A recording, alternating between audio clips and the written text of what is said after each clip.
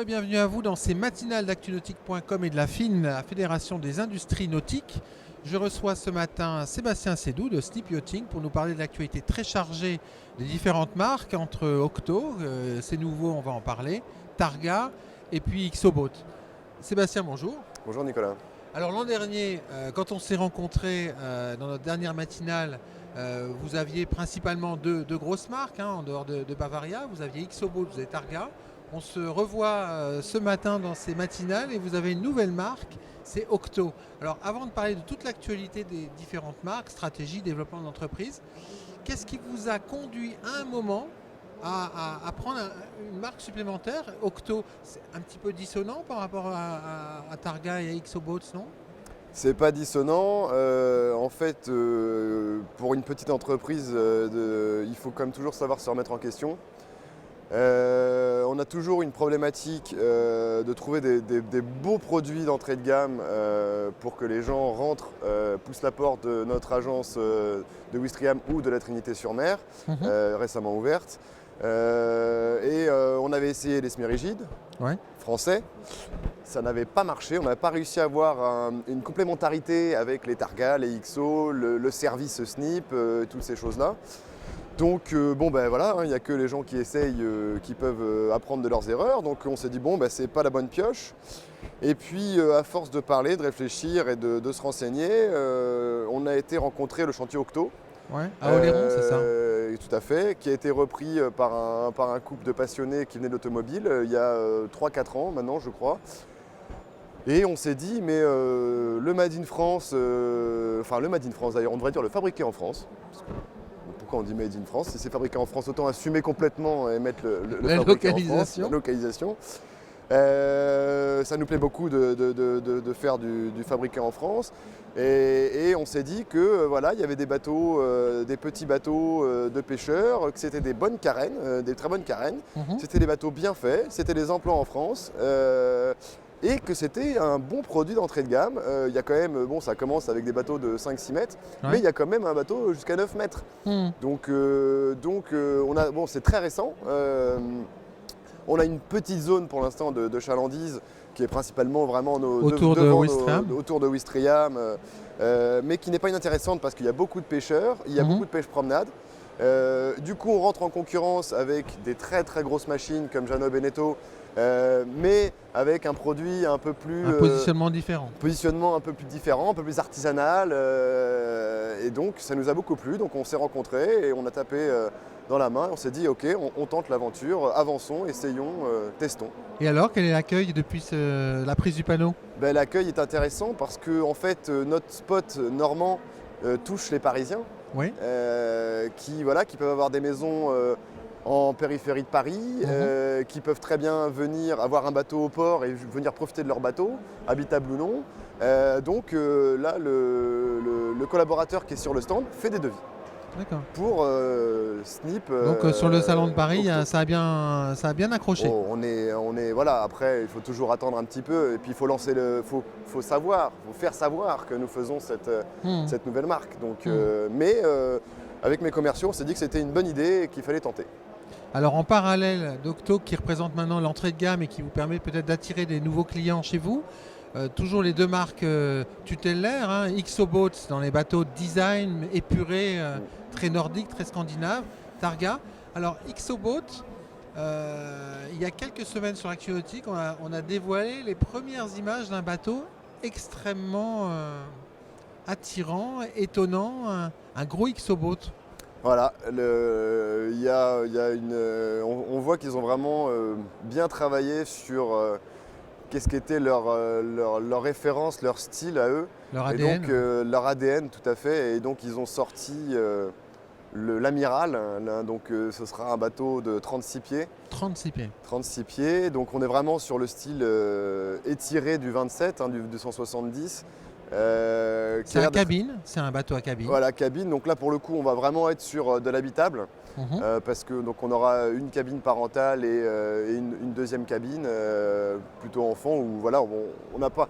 Enfin, on a un de nos gars, c'était juste avant le salon de Paris, donc j'ai pas pu envoyer plus de mon équipe, mais on a été voir et tester le proto. Ouais. donc en Pologne, puisque donc, c'est fabriqué chez Mirage Boat. Mhm. Toutes les décisions sont prises de Finlande. Pour rester compétitif, on a dû délocaliser en Pologne, mais avec un chantier d'expérience. Mhm.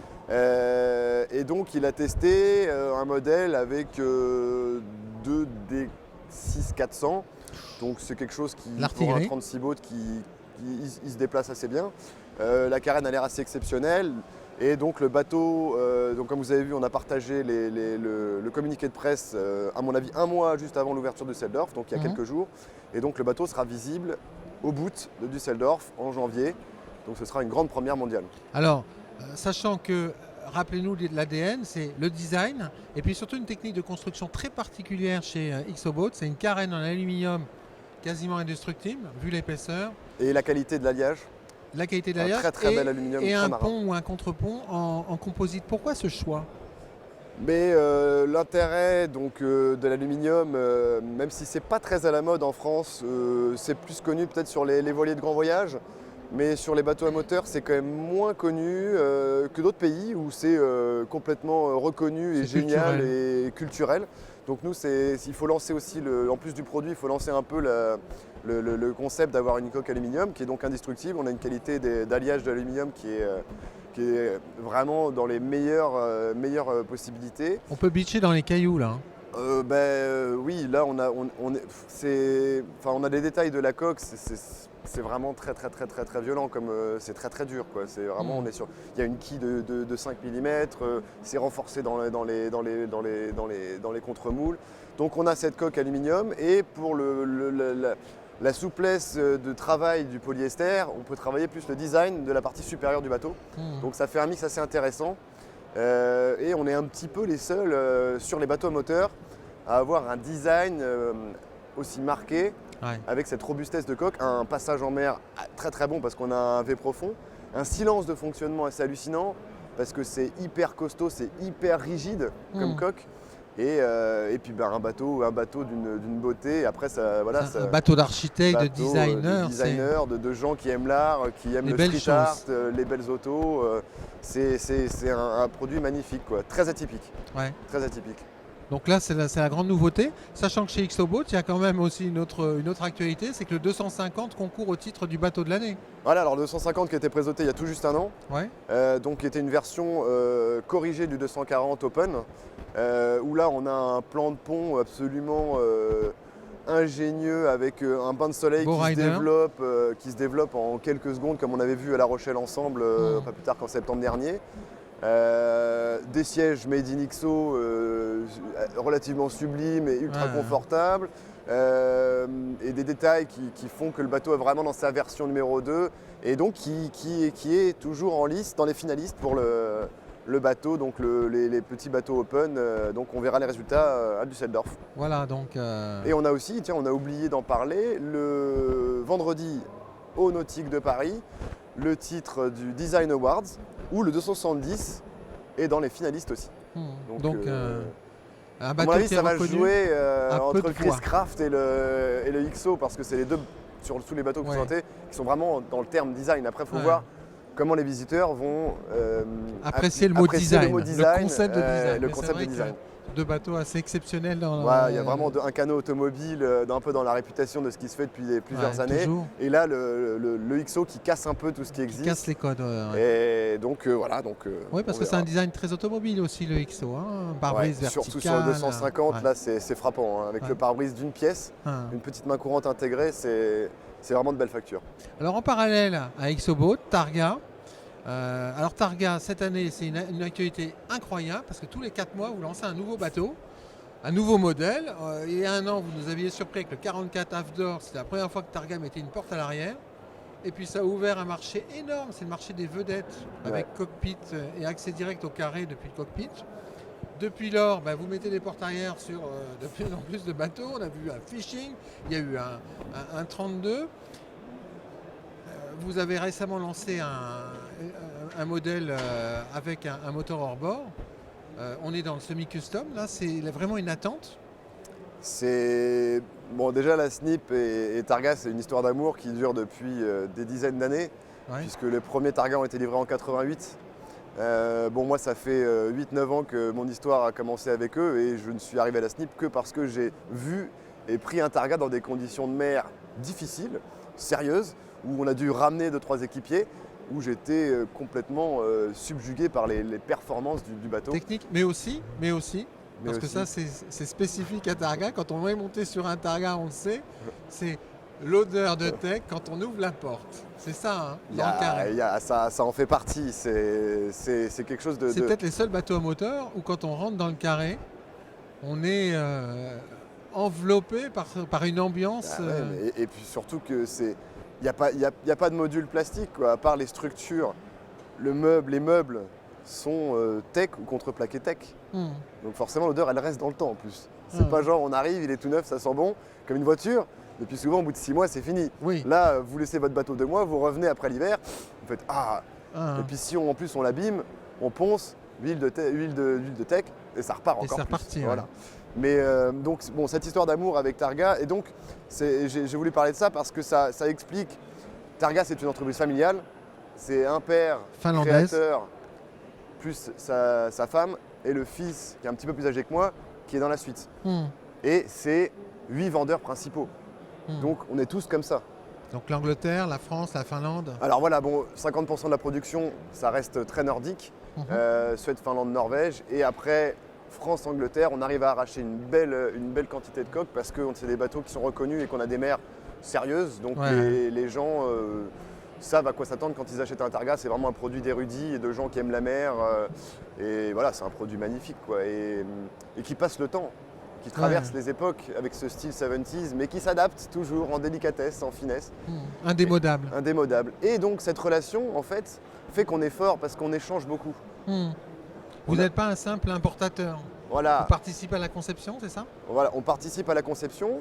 On donne aussi beaucoup les feedbacks des clients qui souvent achètent un Targa, mais on achète un deuxième et voire un troisième parce qu'ils gravissent des étapes où ils se disent ça, ce serait bien d'avoir ça. Et puis on sort l'option et du coup ils se disent bon, mais je change. On a des clients qui ont changé de modèle pour le même modèle, juste pour un changement de moule. Qui ont gardé notamment, sur le j'imagine, la porte arrière sur le 44. Le 44, on a déjà fait donc une fois et maintenant ça se produit sur le 32. Oui, on passe des portes latérales sur chaque passe avant à la porte arrière. Tout à fait. Donc la force, c'est qu'on communique, qu'on n'est rien les uns sans les autres et que du coup on se dit les choses. Parfois, on monte un petit peu dans les tours parce que l'un est trop mou, ne réagit pas comme on le désirerait, ou voilà. Mais au moins, c'est une vraie communication. Et on sait très bien que les petites entreprises, parce que ça reste une petite entreprise, même si le chiffre d'affaires est impressionnant pour Targa. Quel chiffre d'affaires à peu près? Bon, on avait chiffré ça, on était à 28 millions d'euros, il me semble, l'année dernière. Énorme. Bah oui, pour 100 à 120 bateaux pour le monde, avec 250 employés, c'est pas mal. C'est bien, pour un pays de 5 millions d'habitants. Oui. Oui, parce qu'il faut relativiser, parce qu'il faut trouver la main-d'œuvre qualifiée pour faire des bateaux de cet acabit. Et donc, à force d'échanger, de construire, le 32 était bateau de l'année en 2012. Donc dans sa version, comme on dit maintenant, nous, traditionnelle ou classique. Donc un Targa 2 portes latérales, demi-flybridge. Ouais. Là, on est en 2015, bon, à l'horizon 2016. On a la cabine avant agrandie, dite CFC, confort fort cabine. C'est un peu du... Voilà, c'est un peu trop de hiéroglyphes, mais bon, voilà, CFC. Après, on a la version qu'on a appelée le toit droit. Donc là, maintenant, vous ne voulez pas le fly, on sait prendre un Targa 32 et le faire avec un toit droit, ce qui le rend assez furtif. Ce qui le rend très très sexy, en tout cas c'est notre goût et très intéressant. Sachant que la coque, on n'en a pas parlé, mais la coque du 32 est la coque la plus réussie de l'histoire de chez Targa. La carène est absolument hallucinante parce que vous n'avez même plus besoin de tripoter les trims et tout. Le bateau déjauge, se pose à plat et tranche les vagues, c'est absolument... il est phénoménal. Pour l'avoir il essayé. est phénoménal ce bateau. Bon, donc sur ce modèle toit droit, on a maintenant 2 portes arrière différentes, dont une où on raccourcit la cabine pour agrandir le cockpit arrière. Ce qu'on a présenté en septembre à La Rochelle. Le Targa 32 Tarfish. Donc là, on compresse la timonerie, ce qui nous permet d'avoir un super meuble console de pilotage, tiroir pour les accessoires de pêche, Hmm. des viviers devant encastrés dans le sol. Et du coup, on change le plan intérieur du bateau. La salle de bain qui est toujours à l'arrière, vraiment Passe à à la limite l'avant. de la cabine, passe à l'avant. Et on garde 3 couchages accessibles par une trappe à l'arrière. À l'arrière. Donc là, c'est le extrême sport fishing qui plaît énormément. Mais de ce moule-là, on s'est dit, ouais, mais il y a des gens, ils veulent faire les deux. Ils veulent le toit droit, la porte arrière, mais ils veulent partir en famille avec Donc le soit co- deux couples. Le cockpit est moins important, on a besoin de plus de couchage. Voilà, donc on a réussi à greffer une porte qui n'est plus coulissante, qui est une porte battante, Classique. classique, mais on garde un module de pilotage ou pas à l'arrière du bateau. Donc on sait faire de la pêche, on sait faire de la promenade. C'est la polyvalence, ces targas aussi. Et c'est le modèle qui a été exposé à Paris pendant le nautique. Voilà, donc là c'est notre deuxième 32 de l'année donc, qui se suivent. On a celui de septembre et celui de décembre qui nous ont relancé un bateau qui avait déjà marché à sa sortie. Et là donc on a un carnet de commandes sur le Targa 32 qui n'est du jamais vu chez Bothnia Marine. On a fait mieux que les Finlandais et que les pays qui sont habitués à ces produits. Donc c'est complètement hallucinant. Alors justement, quand on vous parlait de niveau des ventes, comment s'est déroulé l'exercice 2015? Comment anticipez-vous 2016? 2015 est une année correcte. On a quand même, pour la SNIP j'entends, pour la SNIP et donc c'est multicarte, parce que donc il y a quand même, donc il y a Targa XO en exclusivité, il y a Nauticat. Ouais. Après, ça c'est 3 exclus. Après, on a donc Bavaria, Manche, Mer du Nord. Donc on part de la Belgique et donc avec notre agence maintenant on va jusqu'à la Trinité-sur-Mer. Donc là c'est un petit peu plus compliqué. Sur 2015 on a dû faire 2-3 unités et on a aussi X-Yacht pour une région normande. Là c'est un petit peu plus compliqué aussi mais c'est des bateaux très spécifiques. C'est pas des bateaux, on ne cherche pas du volume à la SNIP. On cherche à avoir des clients heureux. Donc ça peut être 2 bateaux par an. Si on approche le service, que les gens sont heureux, ça nous suffit. C'est pas une entreprise pour faire du volume, c'est une entreprise pour faire de la qualité. Donc, et donc 2015 est une année correcte, ce ne sera pas fou. Par contre, le carnet de commandes pour 2016, Il est impressionnant. et c'est un peu quelque chose qu'on n'a jamais vu. Je le disais pour le Targa 32 qui donc a explosé les compteurs. On a donc, alors sur le millésime de septembre à septembre, comme on a dans les bateaux, on a donc à l'heure actuelle 7 Targa 32 en construction. 7. Initié depuis la France. Juste pour la France. Et donc on peut additionner les 2 qu'on a présentés depuis 3 mois. Donc ça fait 9 Targas sur le millésime. Ils n'ont jamais fait ça en Finlande, apparemment ils sont arrêtés à 7. Donc ça c'est complètement fou. On a aussi une petite unité, un 25 qui sera en version Tarfish. Et on a aussi l'Amiral en 44 avec cette hafte d'or, donc qui nous réouvre des nouvelles envies de clients qui se disaient le 44, j'en rêve, il manque un truc, la porte arrière révolutionne le bateau parce qu'en navigation, on circule, ça ouvre le cockpit, on gagne en luminosité. La porte arrière, c'est génial. Alors, elle existait sur des bateaux de professionnels, mais parce qu'on sacrifiait complètement la partie habitation. On n'avait plus besoin d'avoir accès à des cabines et tout. Et donc c'était des bateaux vraiment de travail. Donc cette porte arrière, ils ont toujours su, c'est la force de Targa depuis toujours, faire du bateau custom, semi-custom et semi-professionnel aussi du coup. Parce qu'on a un nombre de bateaux professionnels qui ont inondé beaucoup de marinas. Mais là on a réussi à l'adapter à des clients privés. Donc c'est très intéressant. Quand on regarde la gamme Targa, Sébastien Sédou, je suis frappé d'une chose. C'est qu'on a le 32. Oui. En dessous, vous avez quel modèle? Donc on a les 3 petits, le 23, le 25 et le 27. Entre le 27 et le 32, oui. N'y a-t-il pas un trou dans la gamme? Il faut savoir que le 32 c'est l'ancien 31 et que le 27 c'est un gros 27. Donc, parce qu'a priori, selon nos informations, alors peut-être que vous pouvez les confirmer. Vous avez quoi comme information? Le chantier travaillerait sur une unité dans les 30 pieds. Pour l'instant, je ne peux rien dire. Il y a peut-être quelque chose à combler, c'est sûr. Il y a une époque où il y avait des Targa 30, il y avait des Targa 29. Alors c'est pas d'hier, Après, c'était c'est plutôt il y a monté, 15 ans. après vous êtes monté, redescendu, mais là il y a quand même un trou dans la gamme. Pour l'instant, je n'ai rien de concret à vous dire. On reviendra vers vous s'il y a quelque chose d'officiel. C'est pas impossible, mais pour l'instant, je ne peux pas en dire plus. Donc je ne sais pas qui vous a donné des informations, mais pour l'instant, moi, je ne peux pas confirmer. Des informations qui, je pense, sont assez sûres. Bah enfin, Pour l'instant, je ne peux pas m'engager. Je suis, comme vous le savez, comme ça avec le chantier. Donc pour l'instant, je n'ai rien à rajouter à cette perche que vous me tendez. alors sur le début de l'année, vous souhaitez innover un petit peu avec Targa et avec la clientèle en organisant des journées privées. Pouvez-vous nous en dire un peu plus? Alors, il y a une réflexion depuis très longtemps, depuis que je suis arrivé à la SNIP. On a voulu, ça nous trotte dans la tête de vouloir créer un événement avec nos clients, qui sont nos meilleurs prescripteurs finalement, et quelques prospects vraiment sur le point de craquer.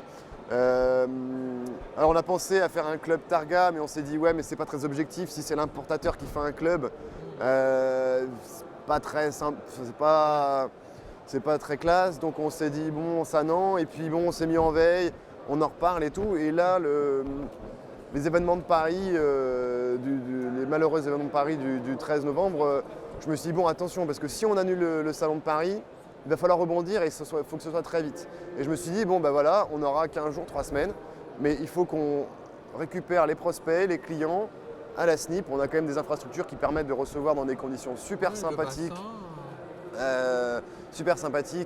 Les clients, et on fait un événement, une espèce de journée privée, utilisateur Targa. On essaie de voir si par exemple vous pouvez venir, si le chantier peut venir. Du coup ça fait un bel échange et d'aller naviguer avec les bateaux. En mettant des bateaux sur le plan d'eau et en partant. Alors voilà, parce que la grande force de cette période de l'année, c'est qu'on a beaucoup de clients qui naviguent jusqu'à nous, où on va chercher les bateaux des clients. Alors, dans des zones assez raisonnables, on s'autorise 5-6 heures de navigation, ou les petits, on les met sur camion, et on récupère un grand nombre de targas pour l'hivernage. Ouais. Et donc là, on a déjà une bonne quinzaine, voire une petite vingtaine de targas, que de targas. On a aussi 4 X-Yacht et tout ça, donc on a quand même beaucoup de bateaux. On a limite d'ailleurs de la place cette année. Et on s'est dit, le moment idéal, c'est l'hiver pour faire cet événement. Et les bateaux repartent, ça commence à repartir début mars. Et donc, de cette réflexion, donc Paris a confirmé, on est à Paris, tout va bien, heureusement, ça se calme. Et on s'est dit, bon, et là, je me dis, il faut qu'on rebondisse sur cette idée. Et on est en train, donc là, on va essayer de mettre en place très vite, bloquer une date. Il faut surveiller les coefficients de marée, il faut voir tous les clients qui ont amené leur bateau, s'ils sont OK, s'ils soient prêts aussi. Donc il faut qu'on pousse à l'atelier pour que tous les bateaux soient tout beau, tout neuf pour voilà, début mars. Et donc je pense que très très rapidement, on va faire partir des courriers pour bloquer les dates et donc se faire une sortie au moins à 40 000 de la SNIP pour aller chercher des épaves de la guerre et aller taquiner les yeux jaunes qui seront pile poil revenus normalement si le temps, parce que là on est il fait un peu trop doux, ça va peut-être perturber un peu les choses, mais normalement, et de partir avec des guides de pêche qui sont en targa d'ailleurs. On a des clients qui ont du targa au Havre, le Tarfish qu'on essaie est à Deauville en septembre à La Rochelle, et donc on a là par exemple en ce moment on a 3,37 pieds, donc ça peut être partir avec une dizaine de bateaux. Ça peut être quelque chose de très sexy et de très amusant pour nos clients. Donc il faut qu'on trouve un nom, on a quelques idées, mais on a hâte de lancer ce premier événement et on aura peut-être même la participation du chantier qui viendrait voir les clients, voir les bateaux, voir la SNIP, et donc ça peut être partager et passer un bon moment. Voilà. Donc ça c'est hyper important, je pense. Tous les constructeurs automobiles de prestige font de plus en plus de sorties circuits, de sorties nouveautés. Le groupe Jeannot Beneteau fait des événements comme ça sur ses produits de luxe. Voilà, il faut faire vivre ces produits aussi par des expériences amusantes et ne pas faire que du salon. Il faut essayer de moderniser un peu la chose et voilà, tout à fait. Partager la passion. Partager la passion, surtout sur des produits si atypiques finalement. Notre meilleur marketing, c'est nos clients. Eh bien, dans ce cas-là, nous n'hésiterons pas sur ActuNutri à revenir vers vous très bientôt, je pense, Sébastien Sédou. Merci d'être venu nous voir ce matin dans ces matinales. Merci à vous de m'avoir accueilli. Et puis à une prochaine sur le boat de Düsseldorf pour les nouveautés X-Boat le 360. Tout à fait. Et les Targa aussi qui se développent. Quant à nous, je vous propose de nous retrouver très vite dans une prochaine matinale d'actunautique.com et de la FIN, la Fédération des industries nautiques.